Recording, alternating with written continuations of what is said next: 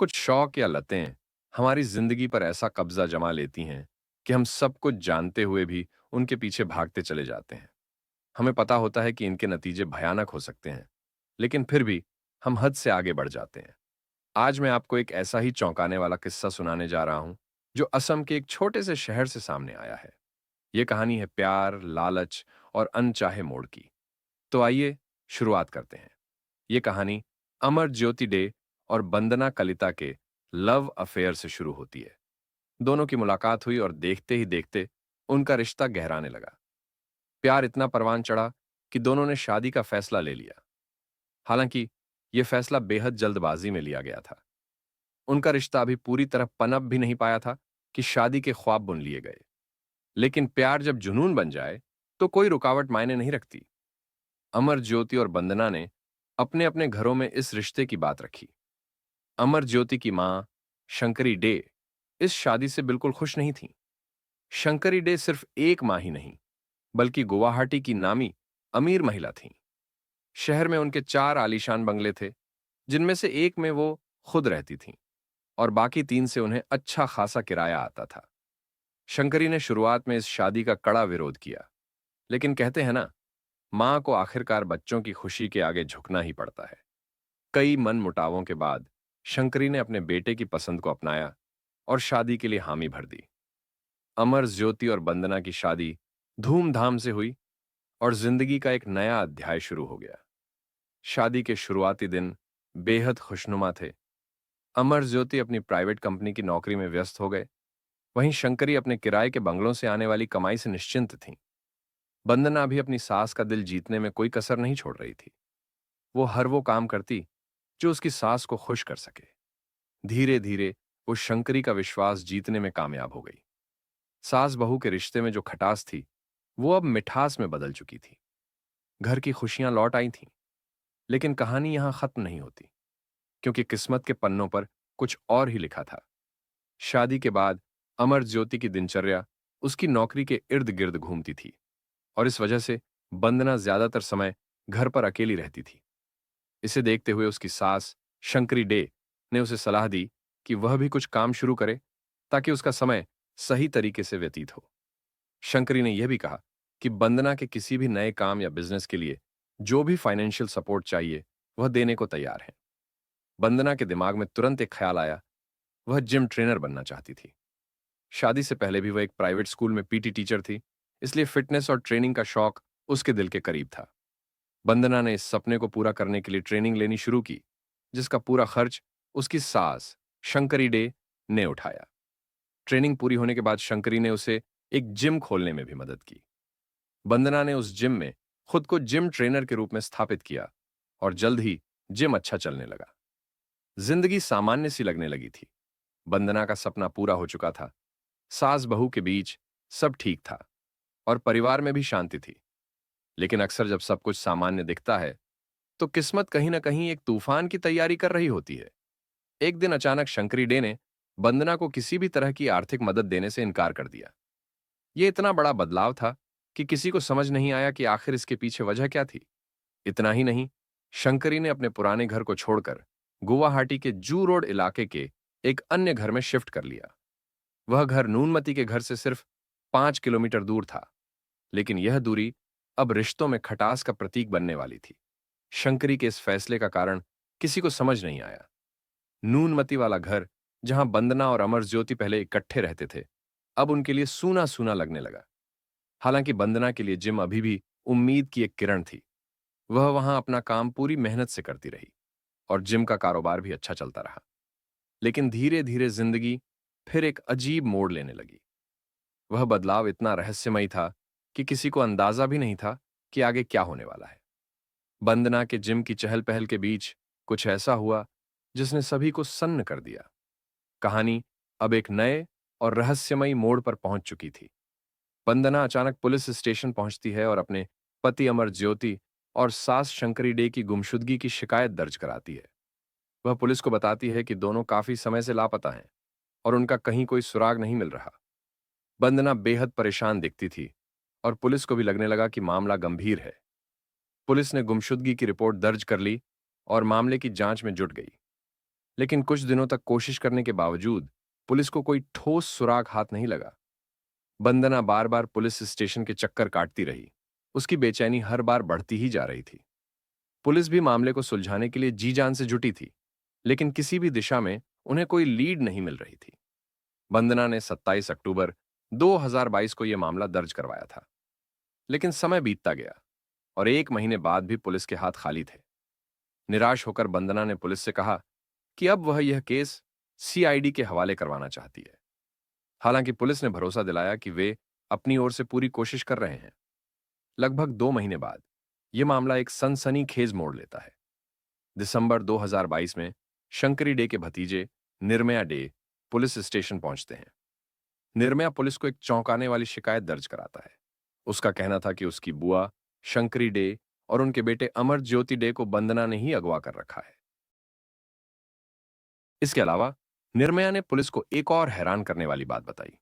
उसने कहा कि शंकरी डे के एटीएम कार्ड से लगातार पैसे निकाले जा रहे हैं। यह सुनकर पुलिस के होश उड़ गए। आखिर जो महिला बार बार पुलिस स्टेशन आकर अपने पति और सास की गुमशुदगी की बात कर रही थी, क्या वही इस पूरे खेल के पीछे थी? इस नए खुलासे के बाद पुलिस अब भी कुछ समझ पाती। तभी वंदना भी पुलिस स्टेशन पहुंच गई। उसने निर्मया डे के खिलाफ शिकायत दर्ज कराई। वंदना का दावा था कि उसके सास और पति को निर्मया ने ही अगवा किया है और जो एटीएम से पैसे निकाले जा रहे हैं वह काम भी शायद निर्मया का ही है। अब पुलिस के सामने एक अजीब सी उलझन खड़ी हो गई थी। एक ओर निर्मया का दावा था कि वंदना ही गुनहगार है और दूसरी ओर वंदना भी उसी पर आरोप मढ़ रही थी। पुलिस को थोड़ा बहुत सुराग तो मिला था, लेकिन इन आरोप प्रत्यारोपों के बीच जांच और भी उलझती जा रही थी। पुलिस के लिए यह मामला बेहद पेचीदा हो गया था। जो महिला लगातार पुलिस के पास आकर गुमशुदगी की शिकायत दर्ज करवा रही थी, क्या वह सचमुच मासूम थी या फिर पूरी साजिश के पीछे उसी का हाथ था? दूसरी तरफ, क्या निर्मया का आरोप महज एक गलतफहमी था या वह किसी और बड़ी सच्चाई की ओर इशारा कर रहा था? जांच के दौरान पुलिस ने आसपास के सभी एटीएम की सीसीटीवी फुटेज खंगालना शुरू किया। कड़ी मेहनत और समय बिताने के बाद आखिरकार पुलिस को एक अहम फुटेज हाथ लगी। यह फुटेज किसी और की नहीं, बल्कि खुद वंदना की थी। इसमें साफ दिख रहा था कि वह अपनी सास शंकरी डे के एटीएम कार्ड से पैसे निकाल रही थी। सीसीटीवी फुटेज सामने आने के बाद पुलिस ने तुरंत वंदना को हिरासत में ले लिया। जब पुलिस ने वंदना से पूछताछ की, तो उसने खुद को निर्दोष साबित करने के लिए एक नई कहानी गढ़ दी। वंदना ने कहा कि उसे निर्मया डे पर शक था और चूंकि पुलिस उसकी शिकायत पर कोई ठोस एक्शन नहीं ले रही थी, इसलिए उसने यह सब किया। वंदना का दावा था कि वह ऐसा सिर्फ इसलिए कर रही थी ताकि पुलिस का ध्यान निर्मया की तरफ जाए और उससे सख्ती से पूछताछ की जाए, जिससे असली गुनहगार सामने आ सके। वंदना की यह सफाई सुनने के बाद पुलिस ने उसे छोड़ दिया, लेकिन इस बार पुलिस के दिमाग में शक की गहरी लकीरें खिंच गईं। पुलिस ने वंदना की गतिविधियों पर नजर रखना शुरू किया और उसके पड़ोसियों से पूछताछ की। पड़ोसियों ने पुलिस को जो बताया, उसने मामले को और पेचीदा बना दिया। पड़ोसियों ने कहा कि उन्हें कभी यह एहसास नहीं हुआ कि वंदना का पति उसके साथ नहीं रह रहा है। उनकी समझ के मुताबिक वंदना के घर में अक्सर कोई न कोई मर्द मौजूद रहता था। एक और हैरान करने वाली बात यह थी कि कुछ महीनों पहले पड़ोसियों ने वंदना को अपने घर की छत पर कुछ जलाते हुए देखा था।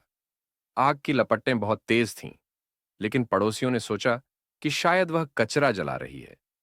हालांकि सवाल यह था कि वंदना कचरा छत पर क्यों जला रही थी। इन बयानों के बाद पुलिस ने वंदना के घर की छत की तलाशी ली। हालांकि इस बार वहां कुछ भी हाथ नहीं लगा, लेकिन पुलिस के दिमाग में शक और गहरा हो गया। उन्हें लगने लगा कि वंदना कुछ बड़ा छिपा रही है। पुलिस ने आखिरकार वंदना को दोबारा हिरासत में ले लिया। इस बार यह मामला फरवरी 2023 तक पहुंच चुका था। पुलिस ने वंदना को रिमांड पर लेकर सख्ती से पूछताछ शुरू की और यहीं से एक खौफनाक सच्चाई सामने आई। एक ऐसी सच्चाई जिसे शायद किसी ने भी पहले नहीं सोचा था, खासकर तब जब वंदना पहली बार पुलिस स्टेशन में गुमशुदगी की शिकायत दर्ज करवाने आई थी। पूछताछ के दौरान यह सामने आया कि वंदना शुरू से ही अमर ज्योति और उसकी मां शंकरी डे की संपत्ति पर नजर गड़ाए हुए थी। शंकरी डे के पास गुवाहाटी में 4 आलीशान बंगले थे और उनकी मासिक आय भी काफी अच्छी थी। अमर ज्योति इस संपत्ति और इनकम के बारे में कुछ नहीं जानता था, लेकिन वंदना के इरादे स्पष्ट थे। वह केवल पैसों के लिए अमर ज्योति के करीब आई थी और उसके साथ शादी की थी। पैसे और प्रॉपर्टी के लालच में वंदना ने एक ऐसा जाल बुना जिसमें आखिरकार सच्चाई दब गई। वह पुलिस के सामने मासूमियत का नाटक करती रही, लेकिन उसकी हरकतें धीरे धीरे उसके ही खिलाफ सबूत बनने लगीं। शादी के बाद से ही वंदना अमर ज्योति से संतुष्ट नहीं थी। उसके व्यवहार में हमेशा एक असंतोष झलकता था। वंदना शुरू से ही मर्दों के करीब रहना चाहती थी और इसी वजह से उसने अपनी सास से जिम खोलने का प्लान किया। असल में जिम खोलने का उसका मकसद मर्दों से घिरे रहना और नए नए लोगों से मिलना था। वंदना का इरादा धीरे धीरे सफल भी होने लगा। उसके जिम में कई पुरुष आते थे। हालांकि शुरुआत में वंदना में इतनी हिम्मत नहीं थी कि वह किसी से खुलकर बात करे या अपने इरादे जाहिर करे, लेकिन जल्द ही जिम में धंती डेका और अरूप डेका नाम के दो लड़के आए। धंती की उम्र 32 वर्ष थी और वह एक टैक्सी ड्राइवर था, जबकि अरूप की उम्र 27 वर्ष थी। वंदना की उम्र भी 31 वर्ष थी, जिससे तीनों के बीच जल्दी दोस्ती हो गई। वंदना को यह महसूस हुआ कि धंती और अरूप उसे जिस नजर से देखते हैं वह सामान्य नहीं है। एक दिन जब उसका पति अमर ज्योति घर पर नहीं था, तो उसने मौका देखकर इन दोनों को अपने घर बुला लिया। वंदना ने जानबूझकर ऐसे कपड़े पहने ताकि वह उन्हें आकर्षित कर सके। जैसा उसने सोचा था वही हुआ। धीरे धीरे माहौल बना और तीनों इंटीमेट हो गए।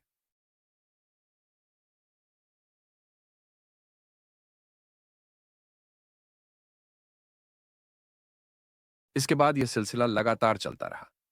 तीनों की यह हरकत इतनी आम हो गई कि पड़ोसियों को कभी शक नहीं हुआ।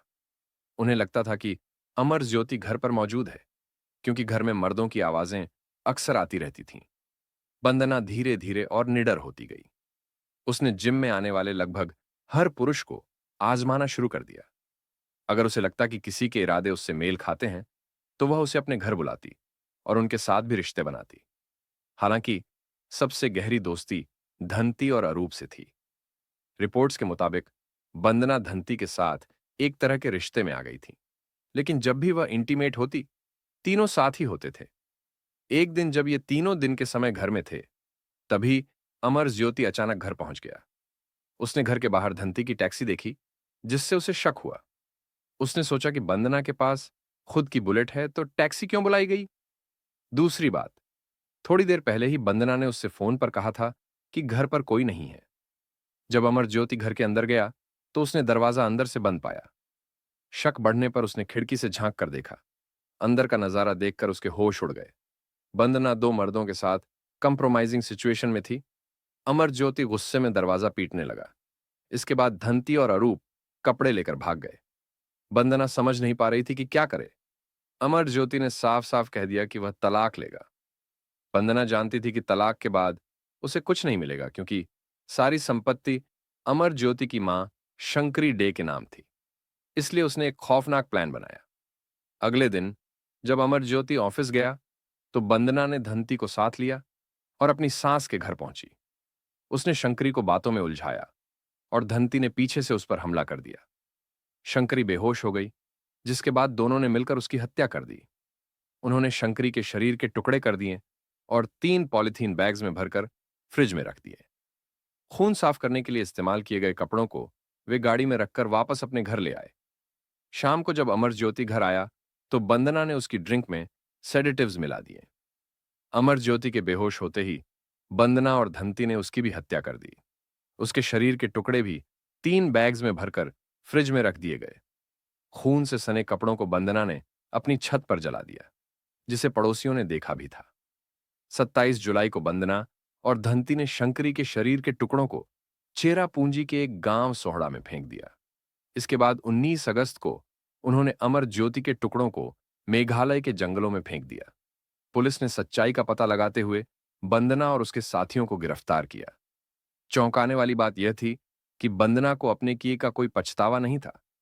पुलिस वैन में जाते समय वह हंस रही थी, मानो उसने कुछ गलत किया ही नहीं।